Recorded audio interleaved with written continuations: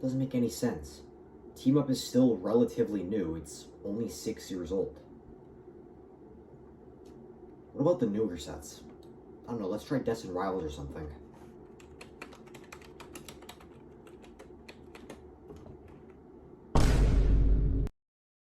You're serious? I'm shocked, but I'm also not surprised that there are so many cards that are so expensive in the newer sets. Because I've been noticing finding Pokemon cards is like impossible right now in Canada. Or at least like you can find some at the retail stores. I wonder what's causing all this to happen. Oh wait. Is this the new normal for the Pokemon TCG? Are all packs going to be double digits in price? Is Pokemon even a kid's hobby anymore? Almost 16 years of collecting. I guess I had a good run. It's official. The hobby is dead.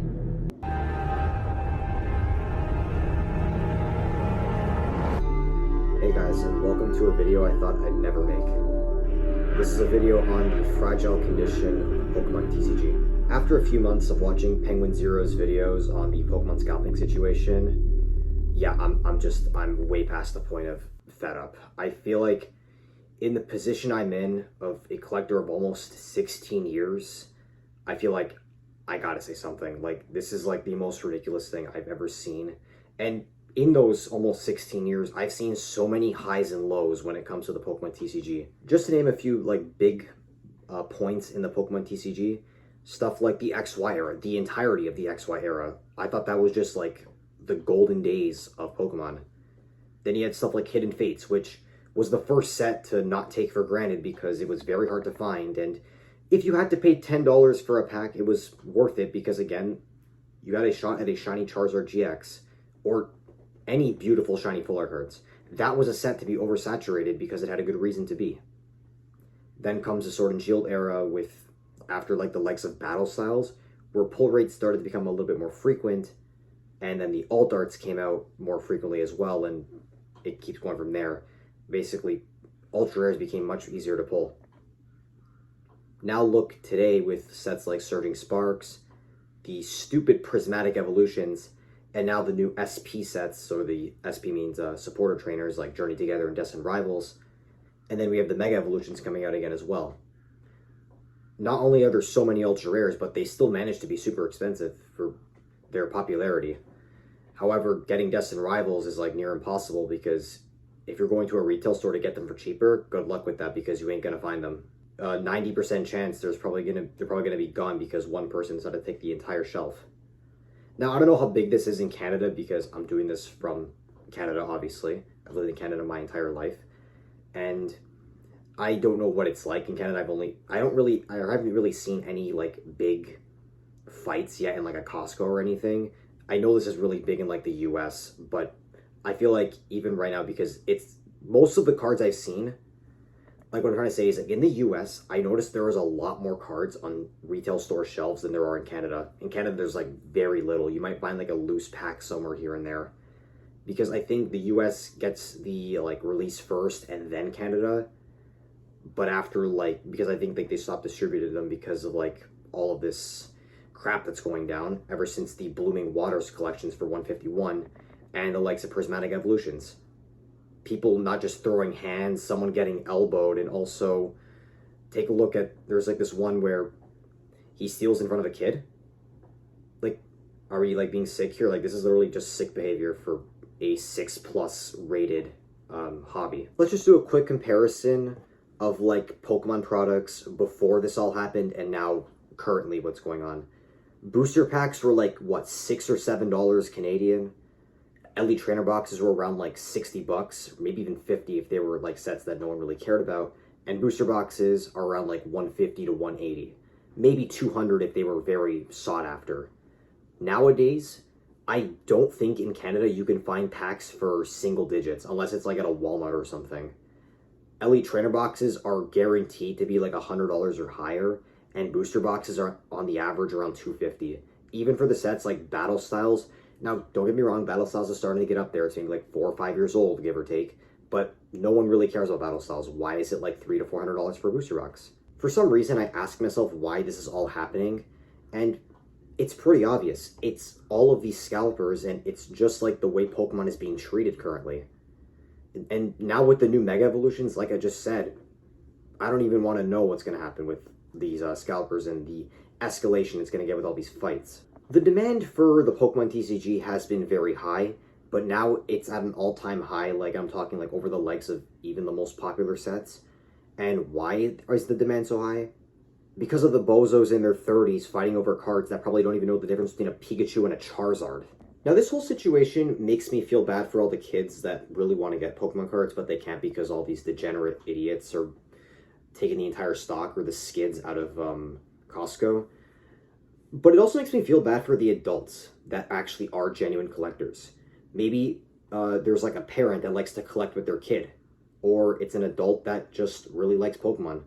And then there's me, who is almost 20 years old. I've been collecting since I was 4 years old, going from dollar store packs to now I'm getting stuff. I'm looking for like older stuff from the XY era because there's a lot of cards I've been trying to find, but that's another story. Now, over the course of the years, I've seen in a lot of expert card shops and even in retail stores where there are adults that actually collect because they want to collect. And again, most adults maybe like for their kid, but maybe there's like, well, me, who's technically an adult, I'm almost 20 years old now, who still gets a thrill out of opening a booster pack. Like, it's not because, like, oh, the Charizard is $500, but the artwork is really cool. But, like, let's say, like, this is a very prevalent thing in my older videos when I did unboxings. When I would pull an extra card, I'd be like, okay, I can sell it. But it's only because I had an extra card there, like, because I didn't really need the extra card. I might as well either trade it in or just sell it and use that money towards something else, or maybe I'm looking for a different card that I actually want to put into my collection. Now, when it comes to selling the Pokemon cards nowadays, it's a huge spectrum. You have the adolescents that want to just get rid of their old collection because they probably moved on past that in life, and they said, I figured let's maybe get a little bit of money out of it, but it's only because I don't need them anymore. Is a huge difference from just buying a box or buying 10 boxes from Costco and just reselling them for triple the price. It's a lot more gross, to say the least. For me, I used to have the mindset of get this box because this card will go up, the promo card might go up in price. But now it's more like I have so many cards, I just want to get rid of them as well. Me, I'm still collecting today, but there's a lot of extras I really don't need anymore. And I always try to be fair with the prices. Like, I think the market is a good starting point. Like, I would either sell the cards at the market price, or if I have so many of them, I'll even sell them below the market price by a little bit. It makes me feel bad for now, like, even trying to sell cards, because you're going to get stuck in this, like, whirlpool of, like, actual sellers and the scalpers that just bought boxes from Costco 20 minutes ago. They were $80 each, now they want $300 each for them. It honestly just, like, makes me sick of what the hobby is becoming.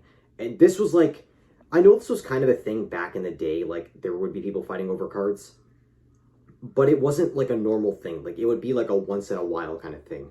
Nowadays, that's like every new set coming out, well, at least for like the last 3 new sets, but you get what I'm saying. Like, Deaths and Rivals, very likely for the Mega Evolution sets.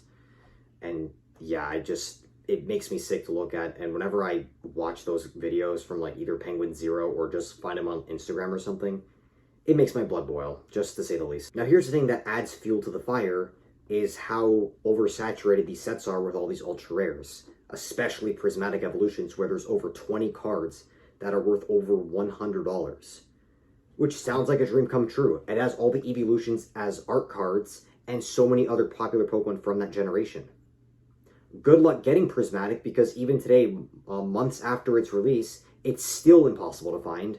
Or the packs a days are still around $20 Canadian, which obviously isn't as bad as they were before, but $20 for one pack is still a lot, even for a modern holiday set. I heard about the situation for Black Bolt and White Flare, where Pokemon is going to print a lot less of the set, to the point where there might even be some stores that don't even get the pre-releases.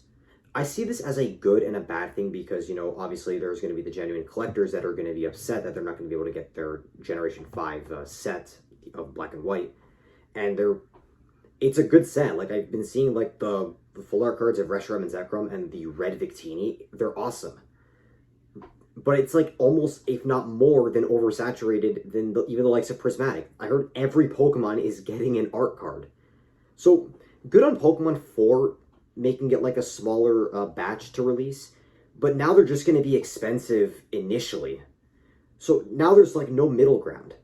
You print too many, scalpers are going to have so many more to get their hands on, but if you don't print enough, they're just going to be expensive off the bat, and they always will be. So getting to that middle ground is the perfect thing to do, but that's the thing, the middle ground is almost impossible to find. Currently, I see two things we can do to hopefully prevent like scalpers from taking everything, and hopefully, or at least making it like less prevalent of an issue. The first thing is for all stores that distribute Pokemon cards, I'm talking every single store that does, to put limits on their products. Like 1 to 2 boxes per day per customer, and for packs, maybe like up to 6 per customer every day. So, okay, eventually, yeah, like the next day, you can go back to the store and get more, but think about it. If a scalper is going to the store, they get like 2 boxes, that's all they can get. It gives genuine collectors more time to go to the store and actually go get what they want. The second thing is, and this one's even bigger problem, those vending machines. I admit they're really cool to look at, but they are like another reason why the scalpers are getting away with this. The vending machines have limits on them, but there's a difference with this thing. With the vending machines, all you have to do is unplug the machine and just do it again. And that's how these one single person at a vending machine can take out the entire stock. And I applaud those people who are recording these like complete degenerates and releasing them to social media, because this is a huge problem and it's still rising today.